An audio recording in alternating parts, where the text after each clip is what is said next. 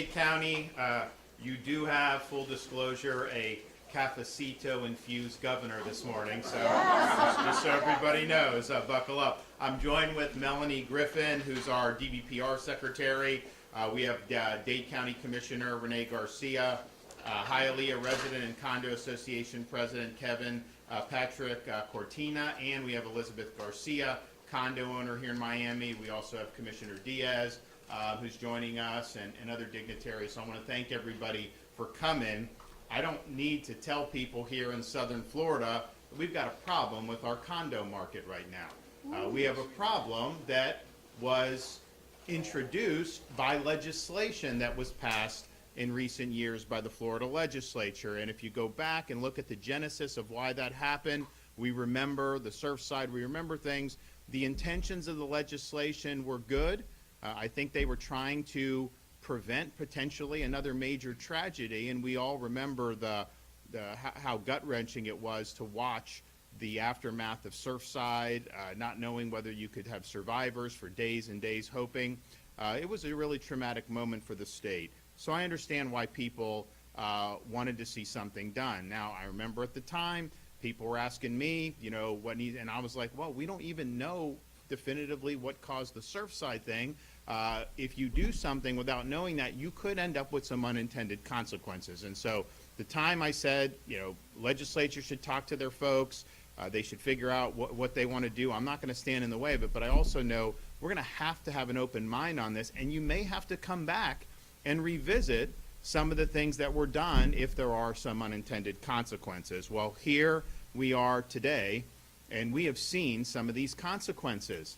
We have seen sudden high-cost fee assessments that have been imposed on condo owners, many of whom in South Florida, particularly in this community, are senior citizens and living on fixed incomes.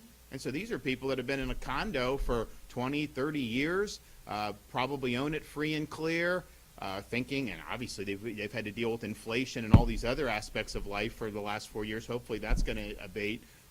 But then they're told, oh, by the way, pony up $100,000 for an assessment. Where are they going to get that money? So you're putting people in jeopardy of losing their homes. And that should not be anything that we want to be doing in the state of Florida. So we have been meeting with folks. We were down in Southern Florida about 6 or 7 months ago. We've hosted roundtables. We've solicited input. We've spoken with members of the Florida legislature about, okay, what are the issues that need to be addressed? How can we address it?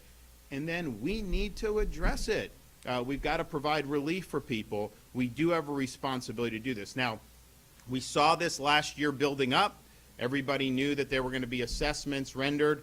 I actually called for a special session of the Florida legislature in January to address, yes, illegal immigration, yes, some hurricane relief, but also the condo issue.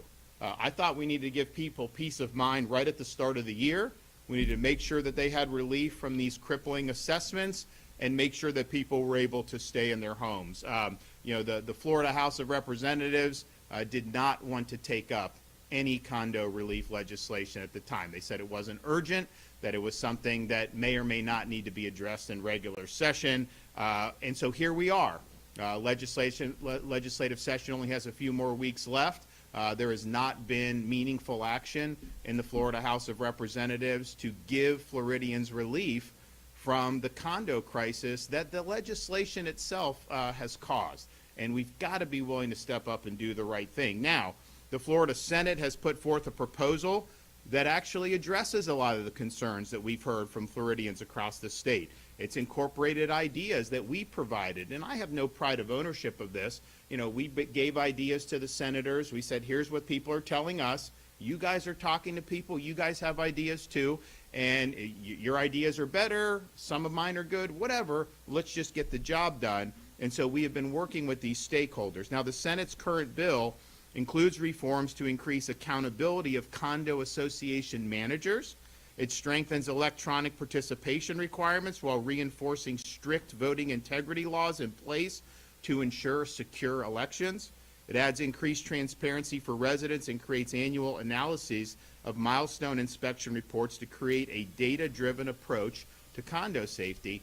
And crucially, it provides more flexibility for associations to phase reserve funding and use alternative funding methods, including investing contributions to generate more money for required repairs. And so that would provide relief from these crippling assessments. And, you know, we shouldn't be in the business of mandating that these assessments must be levied on folks. I think you have reform of condo governance, you have transparency, and then the residents are able to make the decisions that they think are in the best interest of themselves. Obviously, if you're a property owner, you don't want to see the property go down the tubes. I mean, you do have a vested interest in making sure, but you also have to do it in a way that's going to be feasible and economically sustainable. So I applaud the Senate for doing this. Senator Ileana Garcia is leading the bill. She's from here in South Florida.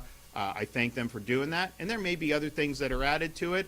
Like I said, I don't have pride of ownership. I just want to get the job done for people of Florida. I want people to be able to stay in their homes. I think it's really important that people are not being forced to sell or forced to leave. And here's the thing. Some people will say, well, you know, these folks in there, you know, they have the assessments, and yeah, they're on fixed income, but they bought the condo 30 years ago, so it's worth a lot more. They can make money if they sell. The problem is, okay, they sell it. Where do they go? Every house in Miami costs more. Every condo. I mean, it isn't like they're getting a windfall and then can buy something that's very affordable. You know, they would have to potentially buy something that's very expensive. And maybe that's moderating now, and there's, you know, who knows what will happen, but I think you would end up functionally, if someone's forced to sell, particularly elderly, I don't think they would have, many of them would not have a place to go to be able to buy a new place to live. And so that should be a concern of ours. Now, the House's current bill doesn't include any reforms to increase accountability of condo association managers. It creates a more costly and burdensome process for removing board members. It actually weakens electronic voting system requirements, thereby inviting more opportunities for fraud. It does not add increased transparency or comprehensive data evaluation regarding the milestone inspection reports, and it does not provide more flexibility for associations to phase funding for certain components of the structural integrity reserve study, but rather allows a board to approve assessments and loans without owner approval. Largely, the House's condo bill seems to be something that favors developers and puts the interests of developers over the interests of Florida residents. That is unacceptable. If these associations can't make improvements and the buildings are clearly obsolete, the value of the real estate that they are built upon may outweigh the investment.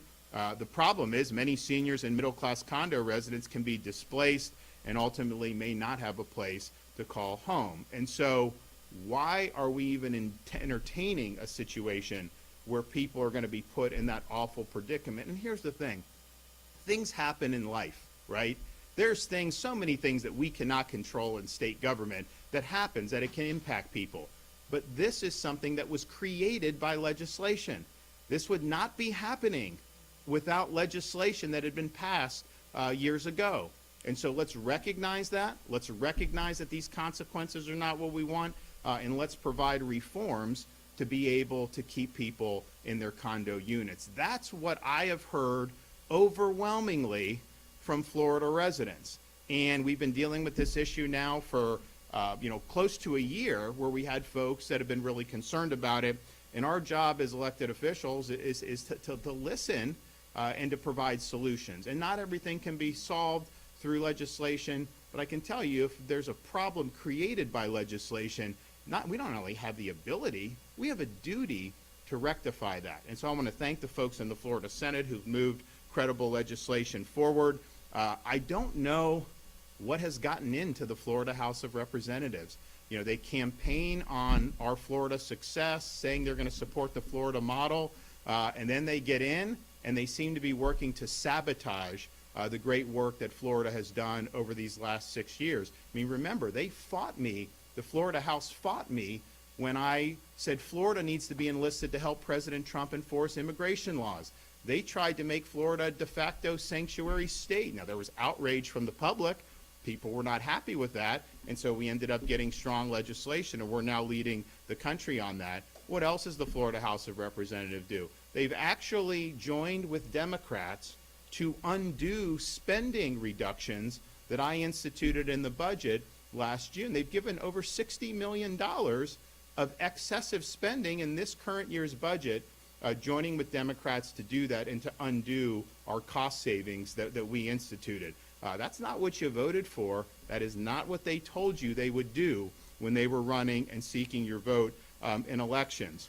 What is their main thing that they're trying to accomplish this session in the Florida House? It seems to me, if you look at all the things that are on the agenda, is they're trying to contort Florida law to be able to benefit liberal trial lawyers. They want to undo tort reform. They want to provide windfalls for these lawyers who will do cases where the lawyers make all the money and the client gets very little. That is not going to be good for consumers. That is not going to be good for our economy. It's not going to be good for jobs. We should not turn over the state of Florida to the liberal trial bar. That is not what you voted for. That's not what they told you that they would do when they ran for election. We believe in putting Floridians first. That's what we've done for 6 years. That's why the state is #1 in economy, #1 in education. That's why we have a 50-year low in the crime rate. That's why we were the first state to stand up and defeat the woke agenda. That's why we've led on issue after issue. And the one thing I can tell you with me is, when I tell you I'm going to do something, and certainly when I was seeking your vote in 22 for another term as governor, I didn't just say that stuff. I meant it. I got into office again, and I did it. And I delivered on that. I think what they're playing a very dangerous game in the Florida House, because they think that they can run one way, get into office, and then behave in a totally different way than what the voters thought that they were getting when they did. So I've been disappointed to see some. They actually have a bill. We've got some great folks that have helped us really reform our universities. We have former Lieutenant Governor Jeanette Nunez is now the president at Florida International University. That's a fantastic selection. And we've been very clear that the people of Florida, they want good universities, but they don't want universities that are going to be indoctrination centers. They don't want Columbia University and what goes on there to go on in the state of Florida. And so we've taken that to heart for many, many years. We said we are not going to allow these universities to be hijacked by woke ideology. We're going to make sure we have strong leadership in all these universities. The job of the university is to educate, not to indoctrinate, and we need to make sure these universities are fulfilling the classical mission of what a university should be, to teach folks to think for themselves, to have academic integrity, and ultimately to prepare these students to be citizens of our great republic. That is what we need to be doing. And we've done more than any other state in the country to do that. What's the Florida House of Representatives doing? They're actually trying to pursue legislation that would roll back all the progress we've made of fighting the woke and the leftists in our state universities. They actually have a provision that says the governor and his staff are not allowed to discuss any vacancies of university presidents. And so what? They can be able to hire some flamboyant liberal president and we're just supposed to sit and take it as Floridians? No, you elected me to make sure that these universities are in line. And that's exactly what we've done.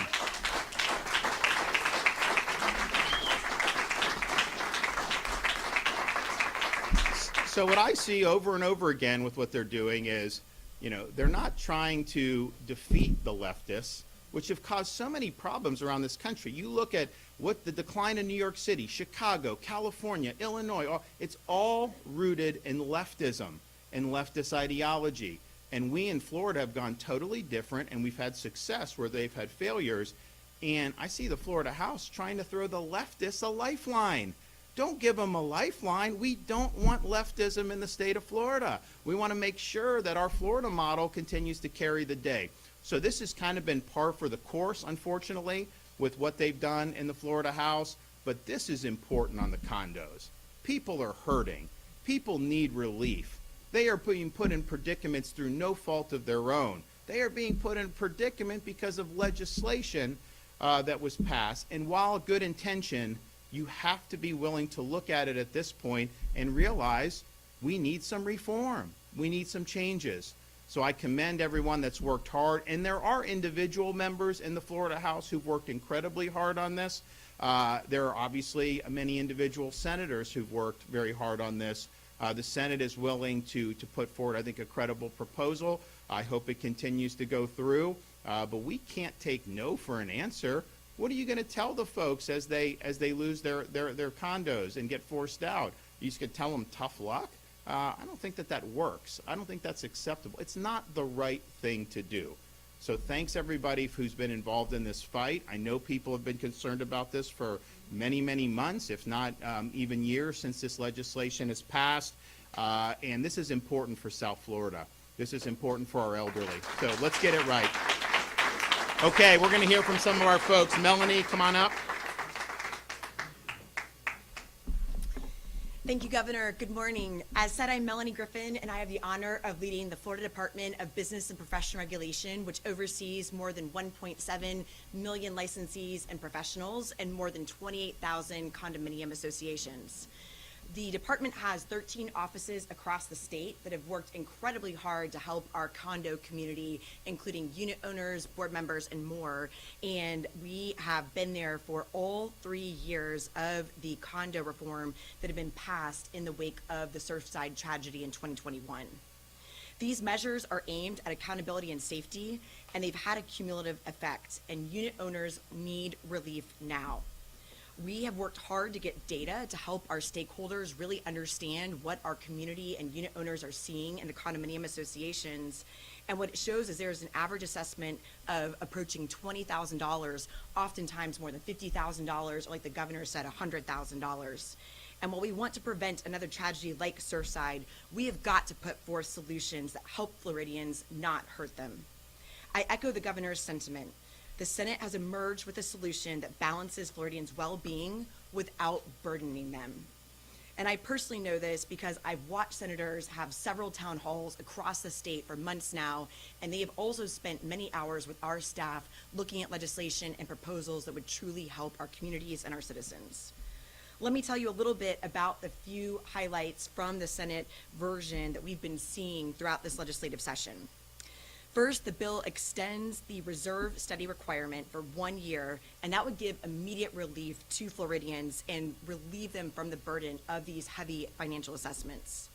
Second, the bill provides alternative funding methods. It gives associations flexibility to meet reserve funding requirements, including an on-ramp for funding things that already have a useful life that will help those residents for several more years. It also builds upon previous legislation to increase transparency, empowering unit owners to have access to their financial records that they've been denied from seeing for so long.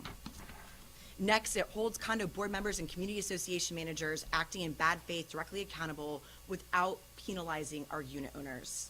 And finally, the Senate proposal requires condo associations to report information about their property to the department, which will give the state a more accurate picture of what is going on with our condominiums in Florida. This year's legislation will be the fourth reform after the Surfside tragedy. And with this much legislation, we have got to get it right if we're going to take a fourth bite at the apple. Floridians need help not to have their problems exacerbated. And with that, let's help the governor and the legislature and put Floridians first and keep people in their homes. Thank you. Renee? Thank you, Governor and Madam Secretary and Mayor. It's great to be here in your home in Sweetwater. And look, the important thing when we talk about condo legislation, when I was in the Senate, we worked to reform the condo laws. We wanted to make sure that we brought transparency to the laws. We want to make sure, because there were so many issues happening with condos in our community. And when we talk about condos, it's not just about Miami Beach and Brickell. It's about interior. It's about Sweetwater, Hialeah, the city of Miami, down south. And there's people, these are people, hardworking individuals who are working every day to make sure they can keep a roof over their heads. And unfortunately, the reserve requirements, while well-intentioned, when they pass them because of Surfside, are putting a huge burden on our people and our working men and women and our families who are finding themselves in a situation where they're forcing their hand to sell these condos, and yet the market is not picking up these condos, so they're losing money on these condos that they've invested so much money on. And this is why I think it's important with the legislation that we have now before us in the Senate, where the Senate is extending the time for these reserve requirements. They are bringing funding flexibility which those two items themselves, I'm not going to go through the whole detail of the bill, but those two items themselves gave actual relief, immediate relief to our members, to our working families in this community. So this is why it's important. And Mayor, Governor, I do thank you for taking the lead on this, because this is not something that happened last year, 2 years, 3 years ago. This is something that's been going on for over 10 years, and our residents can't take this anymore, and we need the relief right now. In Miami-Dade County, we passed a legislation last year, not last year, a couple of years back when you were there, Commissioner. What we were doing was trying to help our residents with bringing them some relief. We created a fund to help our residents tap into these funds for the higher assessments because of all the laws that happened in Tallahassee. Well, that fund dried up. Now we need Tallahassee to step in. We need our legislature, our House and the Senate to work together to ensure that we have a product that really could help the residents of this community. So I thank you, Governor. And if I may, estamos aquí hoy con el gobernador, que estamos hablando de las reformas de los condominios, y le quiero dar las gracias al gobernador y al alcalde Díez, que trabajamos juntos en esta legislación cuando yo estaba cuando él estaba en la comisión con nosotros. Entendemos la importancia de tener estas reformas, entendemos las reformas que pasaron, lo hicieron para la seguridad de estos edificios, pero cuando pasaron estas reformas no se dieron cuenta que estos dineros, estas reformas le iban a poner una presión extraordinaria a los residentes de estos condominios. Y estos residentes son, la única cosa que ellos tienen son estas unidades. Estas son las unidades que crearon sus familias, las personas mayores que están viviendo ahí, que pensaban que iban a tener una casa para ellos para el resto de su vida, están se dando cuenta que la están perdiendo. La Comisión del Condado creó un fondo para ayudar a aquellas personas que tenían problemas con estos assessments, pero ese fondo se acabó, ya no hay más dinero para el condado. Ahora, la legislatura está trabajando, el Senado tiene una propuesta de ley que sí puede ayudar, extiende el tiempo de tener esos fondos disponibles en las asociaciones, y también le da flexibilidad a aquellas asociaciones de buscar las diferentes maneras como pueden incrementar esos fondos y tener ese dinero en los fondos. Por eso es sumamente importante que esta comunidad diga basta ya, es el tiempo de ayudar a nuestros propietarios y ayudar a nuestra comunidad. Gracias, gobernador, por su ayuda.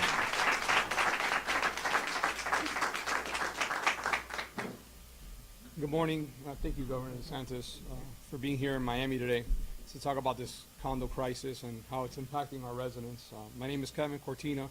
I'm a condo owner in Hialeah, and I serve as a condo association president. And you know the issues that our owners are dealing with. We met last year at a round table, I think it was in September, and we talked about these issues and what that, and you called for a special legislation, special session, and we talked about it, and you were adamant that this was going to happen. It was good faith, started in good faith, but this was going to happen, and unfortunately they didn't listen. The current regulation requires condo associations to fully fund their reserves. This is something that hadn't been in place for 50 years, and then all of a sudden, you got to do it in one. This is imposing serious and sudden costs to all the condo owners. Some of them, or many of them, which are, like was mentioned earlier, senior citizens or people on fixed incomes. What we're seeing is that there's a gap between what's truly necessary to keep our buildings safe in the short term and what's driving the assessments high enough that is going to force people out of their homes. There's a new bill sponsored by Representative Vicky Lopez that's going through the Florida House right now, the House of Representatives, and it's concerning. It's a concerning bill because it weakens the transparency. It makes it easier for fraud to occur. It gives condo boards or bad condo board members unchecked power without unit owner approval. And it also makes it harder and more expensive to remove the bad condo board members. This is definitely not the right direction. The legislation does not favor residents, but instead it favors the special interests. Retired seniors are on a fixed income. They make a significant portion of our owners in Florida, and they are particularly vulnerable. Like the governor said, yeah, they could sell the property, but then where are they going to go? They're being impacted with these high assessment costs, and they're being forced to unfortunately sell because they have no other choice. These are my neighbors. They live with me. I hear this every single day. I live with them. And they're just not able to do it. They're not able to handle this pressing issue, something that was just put upon them so quickly. The governor is right, and we need relief right now. So we hope that our leaders in Florida are listening, and they can pass this legislation, that it will actually help the residents that elected them. Thank you. Yep.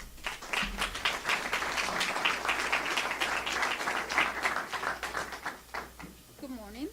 My name is Elizabeth. Thank you for having me. I'm just talking about my situation and everybody's situation as well. I moved in 2009. I bought the apartment, and I start paying 150 as a HOA. Right now, I'm paying 532 as a single mom. It's impossible for me to have that situation. And they try to put a special assessment as well, which is impossible. We are normal people, working people. And just to remove the trees and to put new trees. How are you going to remove the trees that are perfectly fine, just to charge me like $1,000 extra to do that? And it's impossible. I'm just talking in reference all the community, and I live in Hialeah, and it's hard. That's the only thing that I can say right now as a resident.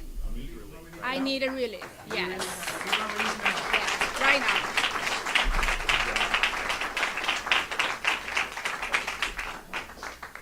So look, we've got an opportunity to do the condo reform now. That's what we need. Thank you guys. You guys made signs. That's great. It's the right thing to do.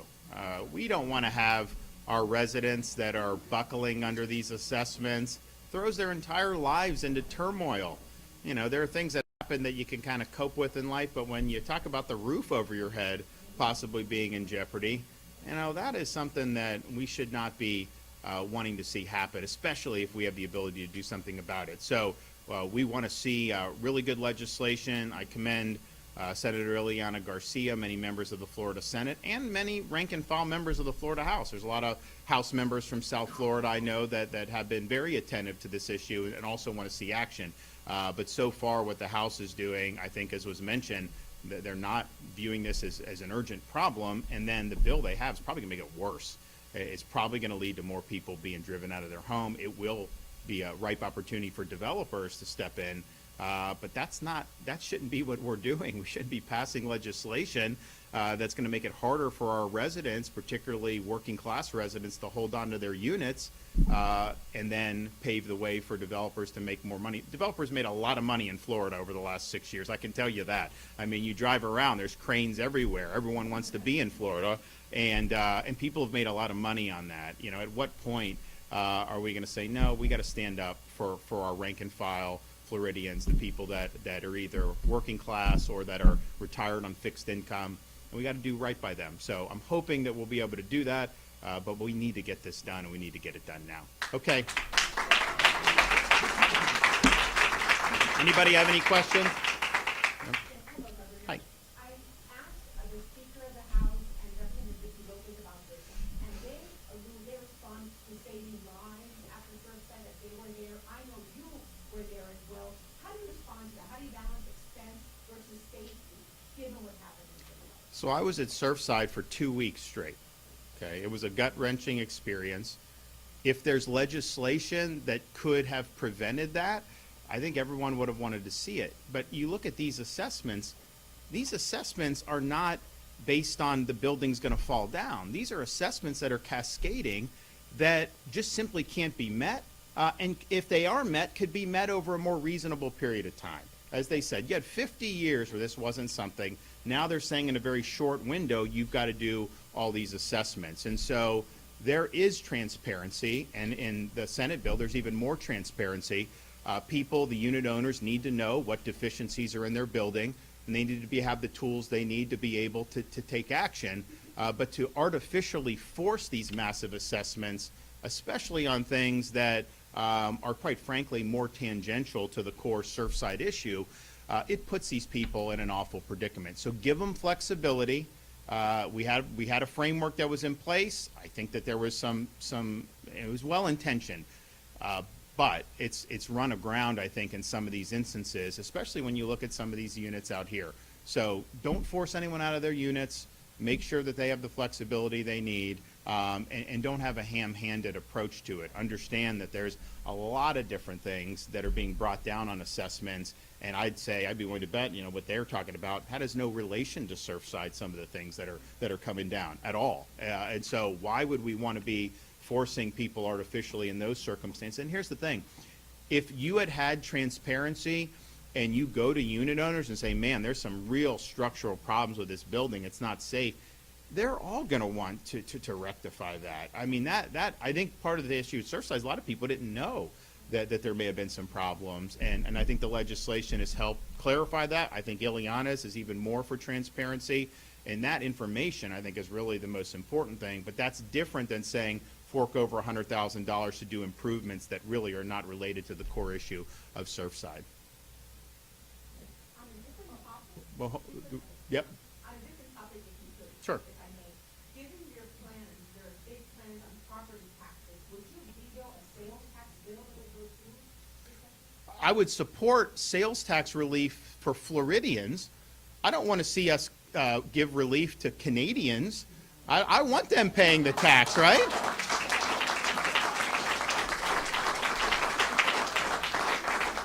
And so the issue is we need to do property tax relief for Floridians. That's our residents. Those are our people. We're in a great situation. We had 142 million visitors last year. When I was governor, the average tourism was stuck between 80 and 90 million a year. When I became governor, they said maybe we can get better than that. And we've shattered all records. So 142 million people.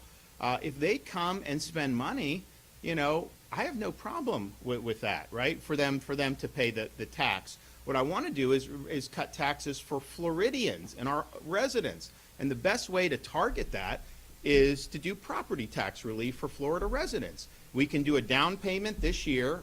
We've calculated you get $1,000 for every homestead property in Florida. And some of this money does go to state. Not most property tax goes local, but there's a required local effort that they do for education. We can take care of that. We can give you guys the relief and then get something on the ballot next year to be able to get that done. I'll tell you what, the House's proposal, I've never seen a tax cut that's been proposed that has had more negative feedback from people. Because they're saying, why are you giving breaks to non-Floridians? Why are you doing this? And also to wealthy, to be honest with you. A wealthy buys a yacht, they're going to save a bunch of money on that. You go to the supermarket, most of what you isn't even taxed. And so people are looking to see what they would save, and they save very little. It's like crumbs for most working class people. So if you're going to do sales tax, I think I agree with the President of the Senate, Albritton. If you're going to do sales tax, target it to things that are going to benefit Floridians. And we've done a good job of that in the past. We've done back to school, holidays. We did the permanent exclusion for baby items. And so no baby items are taxed in Florida. Now you go, diapers, all that stuff is tax-free.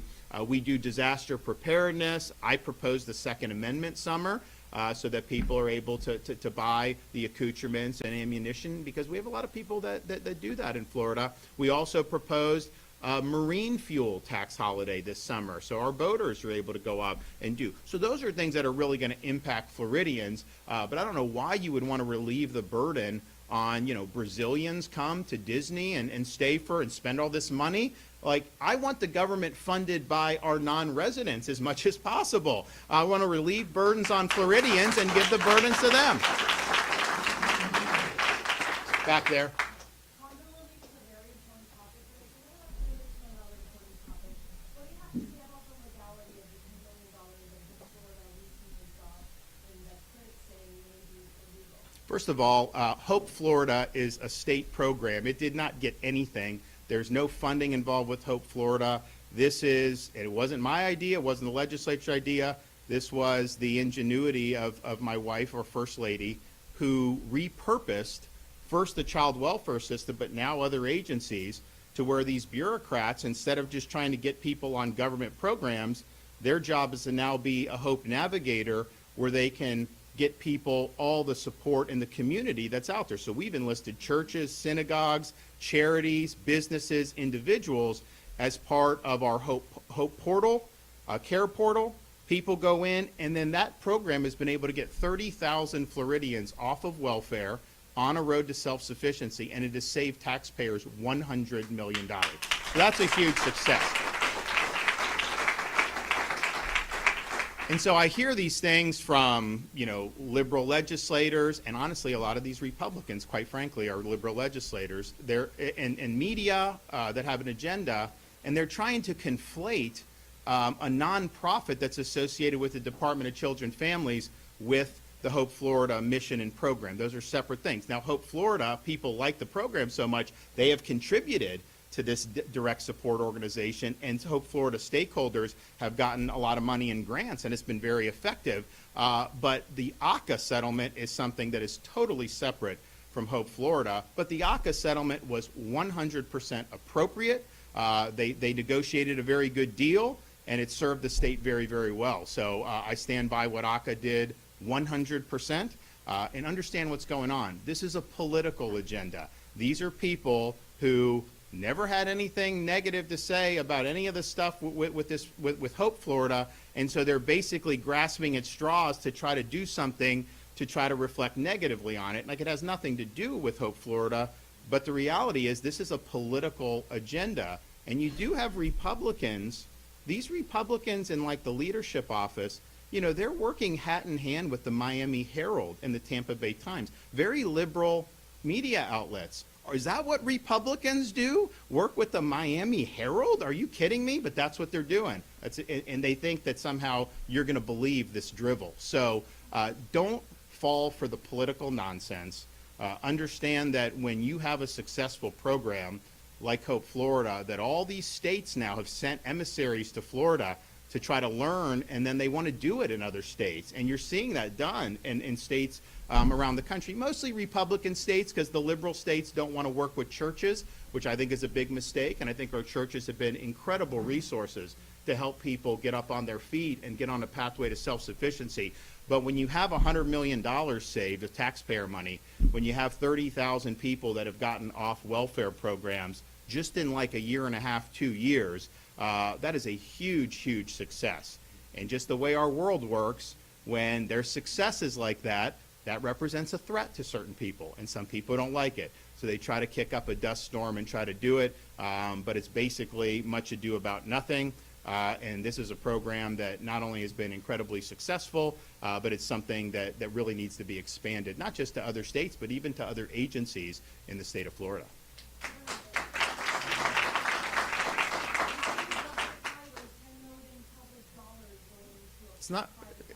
First of all, this was a settlement, a totally appropriate, it was a good deal that was negotiated. When you do settlements, you can try to get as much money as you can, but this was in addition to what they were getting. This is kind of like a cherry on top where they agreed to make an additional contribution. And so we were served well by what ACA did.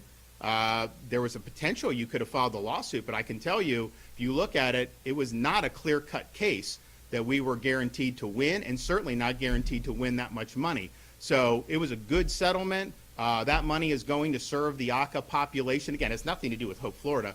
It's serving the ACA population and will serve them well, and it was entirely appropriate and the right thing to do. Yes? Thank you so much for your work. I just have a question to the DPR secretary.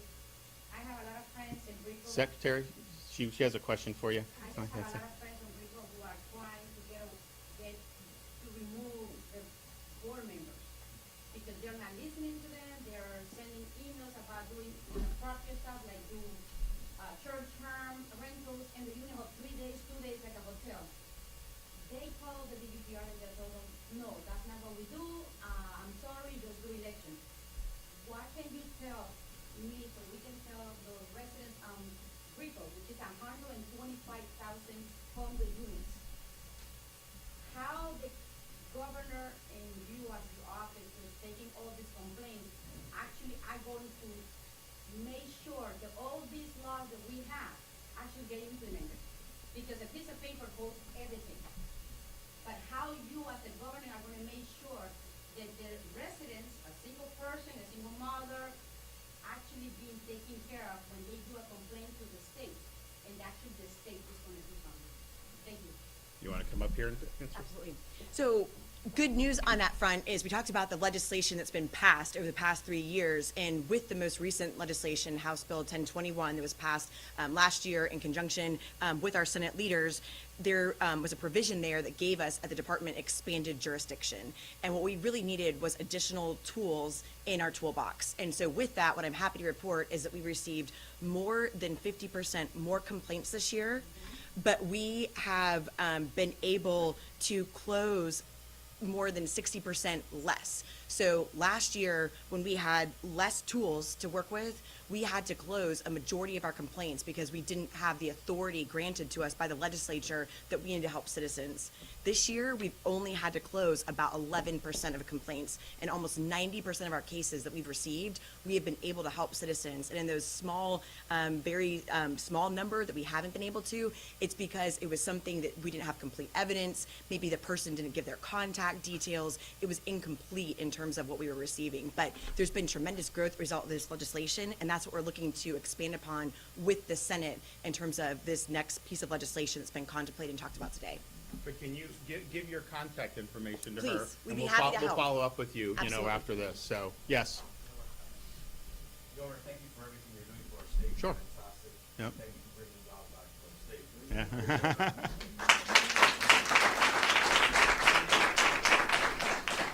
My name is George J. I live in a community called the Hamlet that has been plagued with fraud, corruption, and many other things. I currently live in a property that's been affected by mismanagement, by the board, documents being thrown away in the garbage, residents, members of the boards colluding together, violating sunshine law. I mean, it's a whole slew of corruption and mismanagement.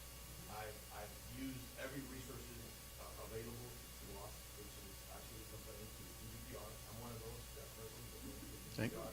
I haven't not only filed one complaint, I've actually filed probably like 10 complaints. There's been probably like 30 to 40 owners in my community that have also filed complaints, and it's fallen into deaf ears. Situation that we have, we face increases in our assessments. We face unlicensed contractors being hired, president of our association circumventing workers' compensation, hiring individuals under 1099 as employees doing maintenance work. I mean, it's the level of what's going on in the community that I live in, it's completely disgusting. How can DDPR have the teeth to go out, investigate these cases, take these people to justice, arrest these individuals for their misbehavior? Because it's obvious that we have a problem, and I completely applaud what you're doing. I was yesterday in Tallahassee, speaking in front of Representative Hickey and all the people that are there. But any change for us as condominium owners, I applaud it because the system is broken. It's obvious that it's broken, and it's obvious that it has to have a fix. And I'm very, really happy because the work that he's saying today, because it's exactly what we need. So no, I hear you, and so I do think the Senate proposal will help, but we're going to also have the secretary, follow up with you today. And if look, if there's evidence, then we need to go, and you need to have enforcement. I mean, we could put this stuff on the books, but there's got to be appropriate enforcement. And so sometimes things go wrong. And then proving it is another thing, and obviously, you got to have the proof. But if there's proof there, you need to hold people accountable. Yes, sir. Good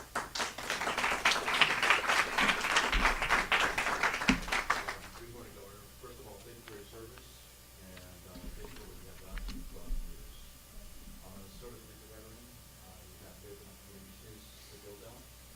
We have had very tough times in the past 15 years. No elections, no first notices, no reserves. In which community is this? It's show my home that doesn't go. Okay. So, the issue is that we have requested the DDPR for years to help us. No teeth. We were left with 8 meetings. We were left literally with the rules up to the condition where the insurance doesn't drop us.